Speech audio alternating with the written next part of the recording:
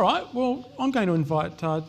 I know you came down. There you are. I'm going to invite Dawn to come and lead our reading this morning. Thank you. Good morning, everyone. The reading today comes from Luke 15, verses 1 to 10. Now all the tax collectors and sinners were coming near to listen to him, and the Pharisees and the scribes were grumbling and saying, "This fellow welcomes sinners and eats with them." So he told them this parable.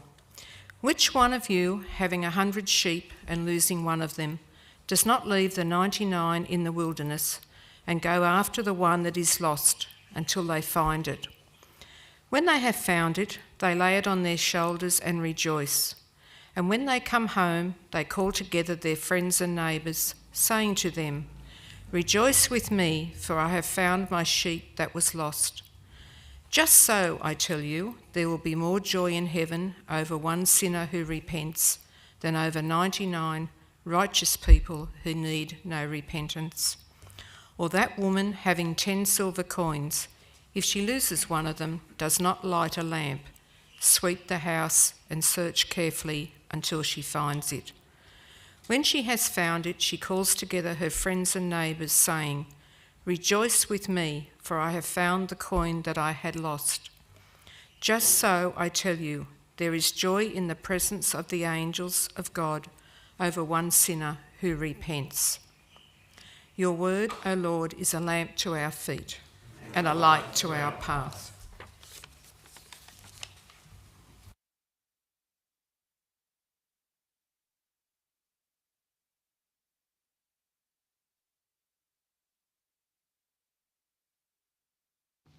You will know already that I like to preach from the Gospels, which means that at least once every year you're going to get a sermon about being lost. Because it's in the three synoptic Gospels, the Matthew, Mark and Luke, there's stories about being lost. It comes up quite regularly. And I like preaching on being lost.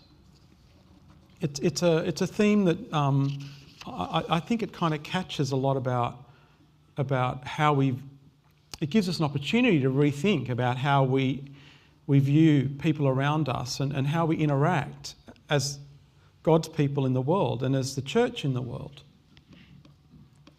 But I'm not going to go any further on that at this point in time.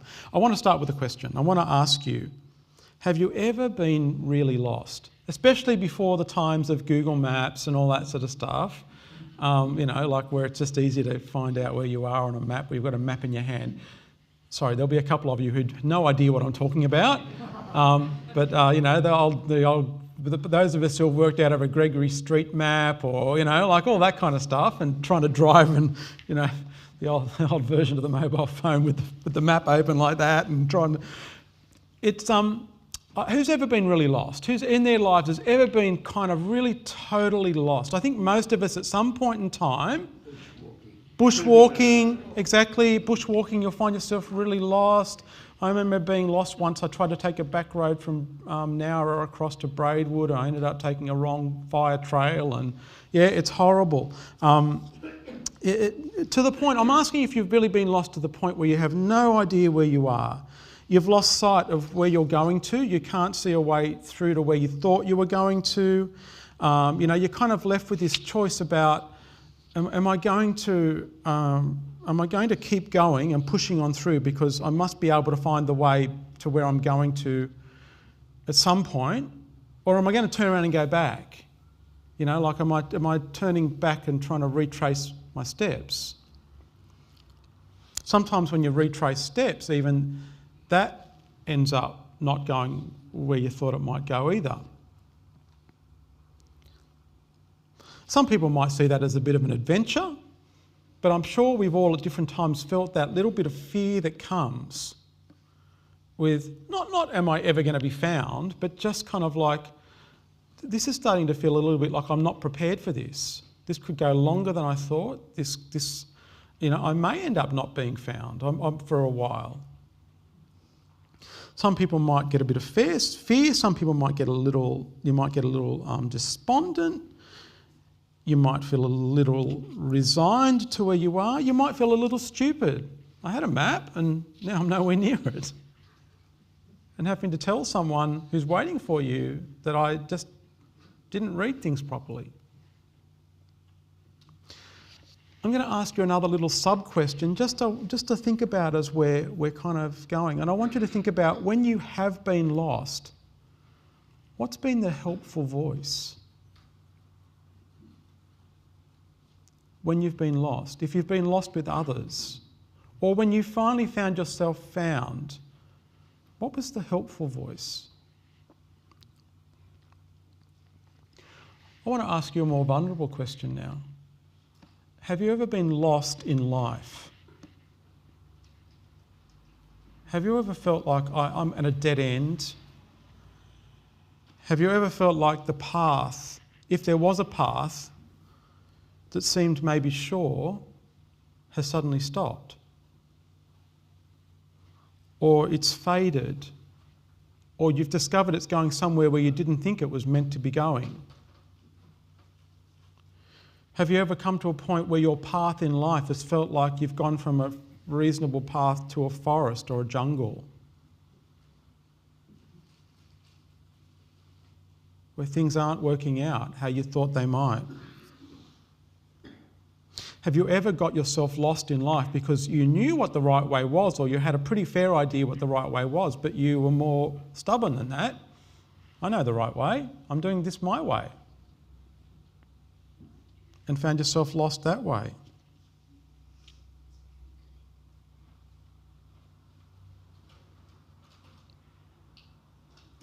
I don't know about you, but I've met plenty of people in life whose lives haven't gone to plan, whatever the plan is. I've met plenty of people whose lives haven't gone to plan. You probably may well have too. No one ever plans in life to be homeless. No one's big goal in life is to become an addict. No one sits down when they're 7 and writes their, what I want to be when I grow up, and the answer is living in poverty, under the breadline, not knowing where my next meal will come from. No one ever plans in life to be rejected or to be lonely.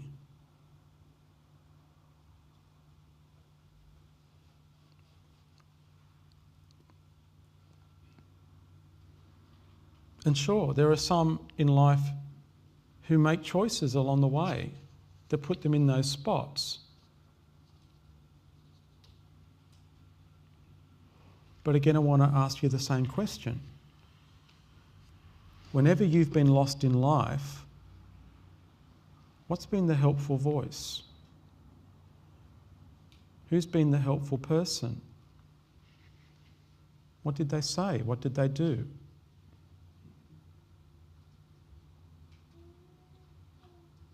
When it comes to others around us who are lost, what do you think might be the helpful voice? What do you think might be the helpful action?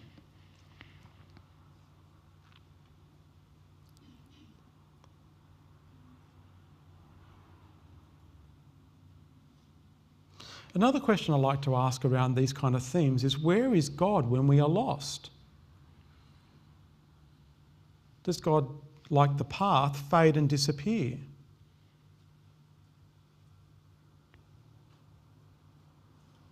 If we stop looking for God, then kind of where is God?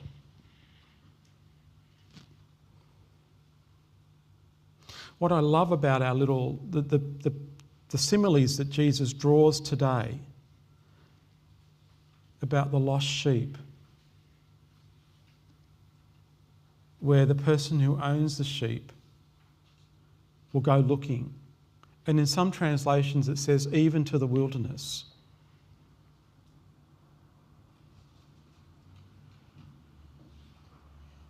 Will go looking for the lost sheep. And the woman who's lost a silver coin turns on the lamp, sweeps the floor, looks under all the furniture. I love that image. I love that that's our God figure, that God doggedly seeks. I mean, what it also tells me is that is that each and every one of us are valued. Sometimes we may feel like we have no value to God or to anybody. But this passage reminds us that we all are valued.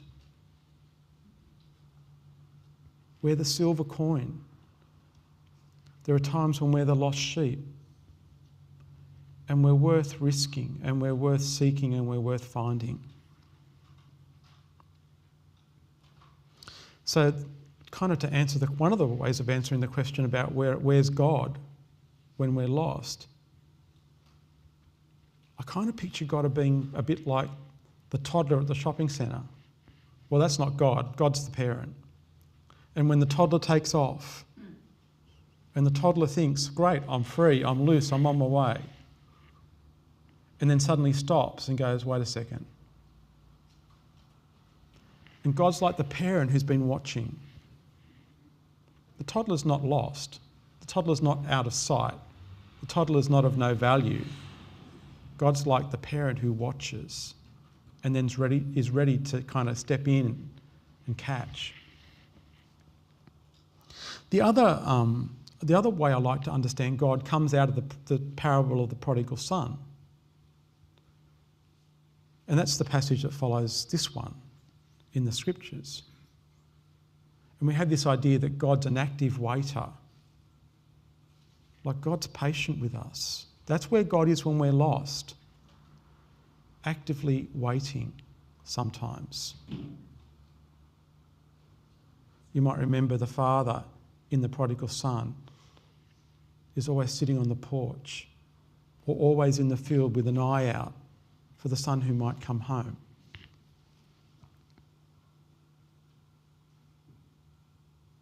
The other thing I know about, maybe not so much where God is, but how God views us when we're lost, is that one of the things about this passage of scripture that I love is that there's a celebration when there's a finding.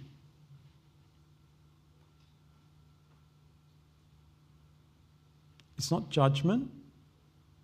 It's not a kind of a distance, like I found you and where did you go and why did you do that? And, kind of like that active sense of putting up a wall that says you shouldn't have done that to me. When God finds us, there's this lovely sense that we are valued enough that God celebrates. I love that. I'd like to think that's part of our DNA as a congregation, is that when the lost are found, we're celebrating.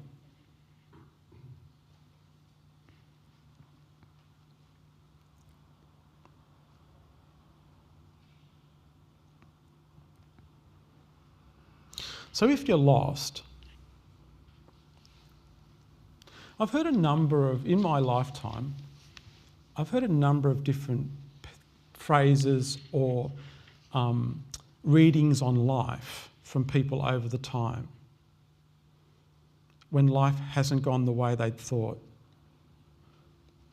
And even in the Christian circles we have some sometimes unhelpful phrases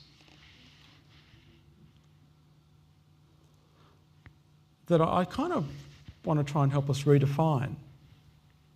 One of them is God has a plan for your life. I'm sorry to tell you, my friends, but that is a load of bunkum. There's no mapped out plan for your life. The amount of damage I've seen done in people's lives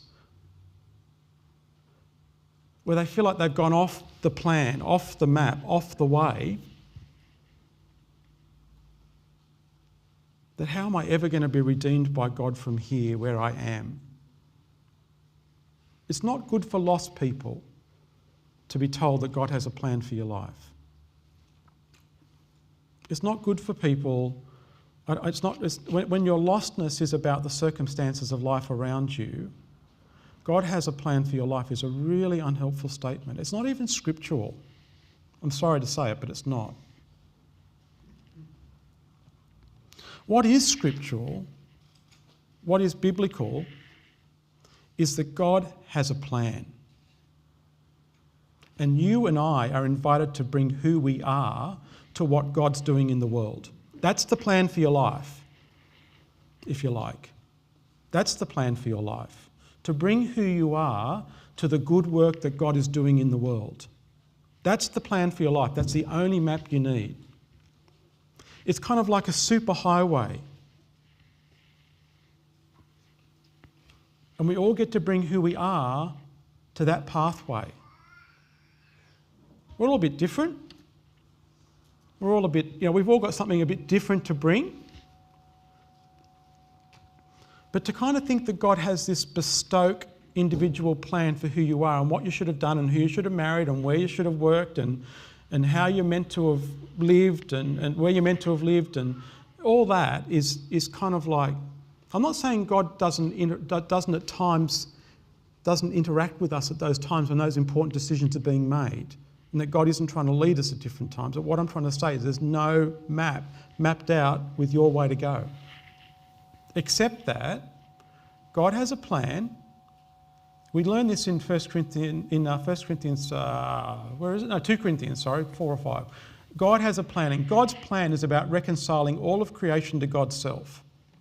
That's what God's on about. And you have the invitation and you have the choice about whether you or I want to join in with that. And there's this super highway of love and compassion and grace and mercy, justice, forgiveness. That's the super highway. That's the pathway. And we're all invited to be on that pathway together. Now, of course, some of us stray. I know a few intersections in my life, like I've come into Campbelltown a few times. I don't know if you ever come into Campbelltown, but if you take the first exit when you really want to take the second one, you can't go back to the highway. There is no way to get back to the freeway.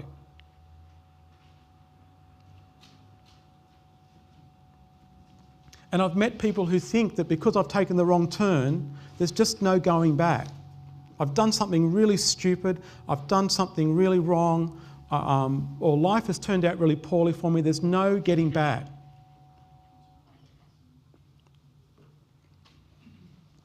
It's the same down here at the university, wherever I'm pointing to. If you take the wrong turn off, if you somehow turn off the M1 the Princess Highway, whatever it is, I don't do it enough, but if you somehow end up if you take the turn off to the university, how on earth do you get back to the highway? You know what I'm talking about? It's too hard. And that's what life is like for some people. And that's how some people view God. I can't get back to that pathway. My life is shattered. I can't get there.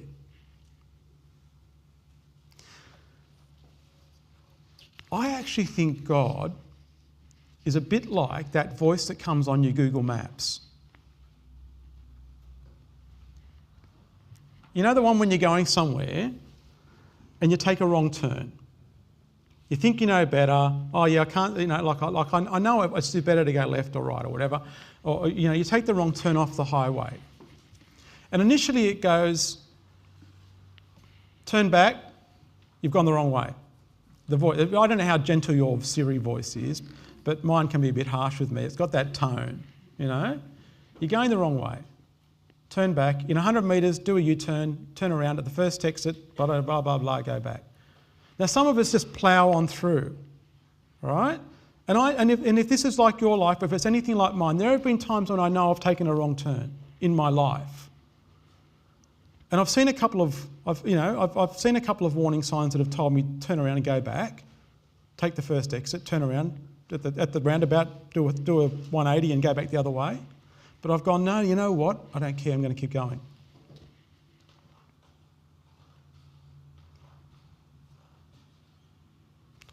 It feels free to do things my way, perhaps. I was talking about this with Carl yesterday about like this sense that's, I've always wanted to try and land a sermon on freedom, and I think if I was going to land it here, and that is that freedom, in the sense that the way it's often interpreted as boundless ability to do whatever you like is how a lot of people see freedom. I want my freedom. Eventually freedom finds its own boundaries. Eventually freedom finds its own cage. Again, ask any addict. Ask anybody who's got themselves into a pile of trouble doing exactly what they want to do. Eventually freedom finds its own boundaries. Unbridled freedom with disregard. So, I'm on the road, I'm on a pathway, I'm off the superhighway, I'm off the way. What happens next if I keep going that way?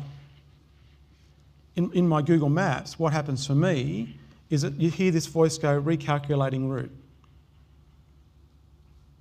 Or maybe you don't. But on my one, it says recalculating route. In other words, it's saying, I'm going to help you find your way back to the path. I kind of like that idea of God. I kind of like that as the God voice in my life. It's not that I will never get back to the path. There's always a way back. There's always a way back. There's always the God voice that's saying to you, I'm recalculating the route from here. It'll look a bit different. You'll be a bit different. You've had a different journey. But we're going back to the path if you want to go that way. Yeah? You with me? That's how I understand the God voice in all of this. You can always go back. You can always go back to God's big plan. You can always bring who you are back to the way. You're not lost forever. God's always seeking you. God's ready to be the helpful voice that helps you to find your way back to the way. The question then becomes, do you want to listen to that voice?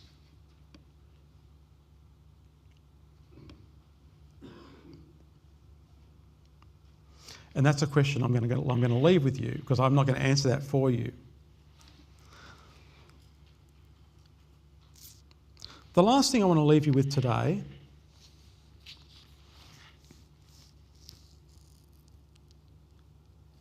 is there's another little challenge in today's passage that I kind of like too.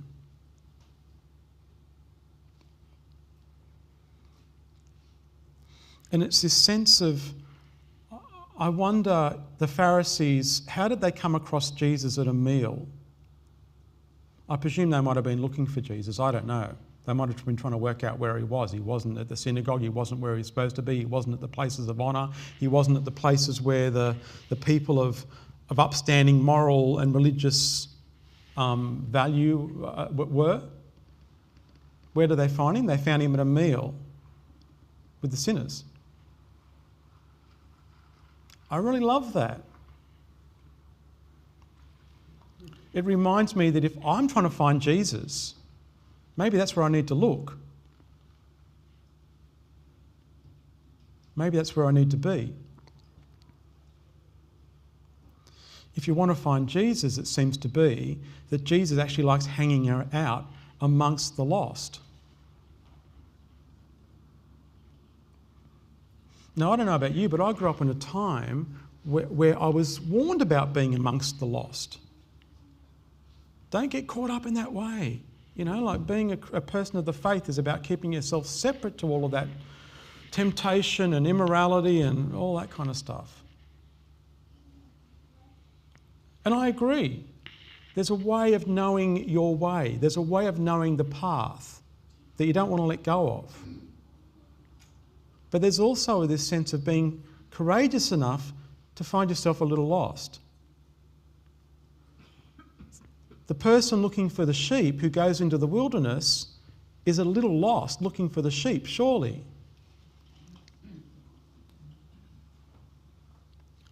That's where you find Jesus. If our lives are always spent in safety, then I'm not sure that's exactly what God wants for us either.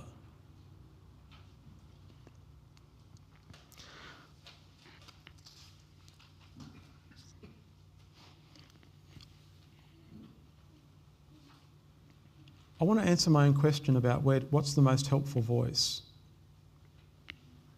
Because when Jesus is challenged about what he's doing, about who he's eating with, who he's spending his time with, he counteracts the words of judgment with the words of affirmation.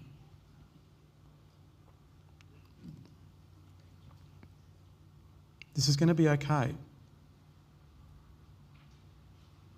See, Jesus much more valued connection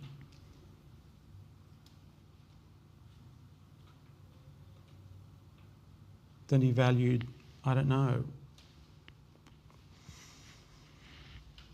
religious purity.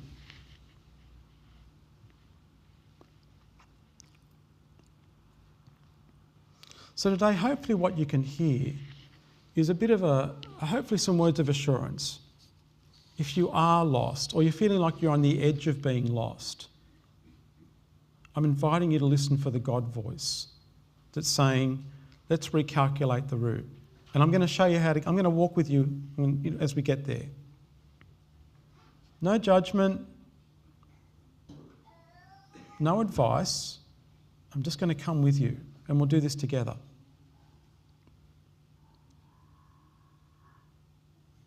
The other thing I want to encourage you is if you're someone who isn't necessarily, you don't consider yourself lost, I want you to hear the words in today's passage, which are inviting us to be amongst the lost, to be where Jesus is, to be the voice, to be the person, to live our lives in ways that walks back to the path with those who are struggling and lost. Friends, that's when the angels sing. That's how our passage finishes today. That's when the angels sing.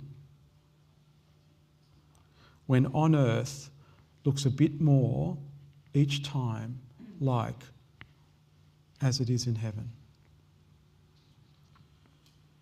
This is what heaven looks like. This is what heaven looks like. We're going to sing.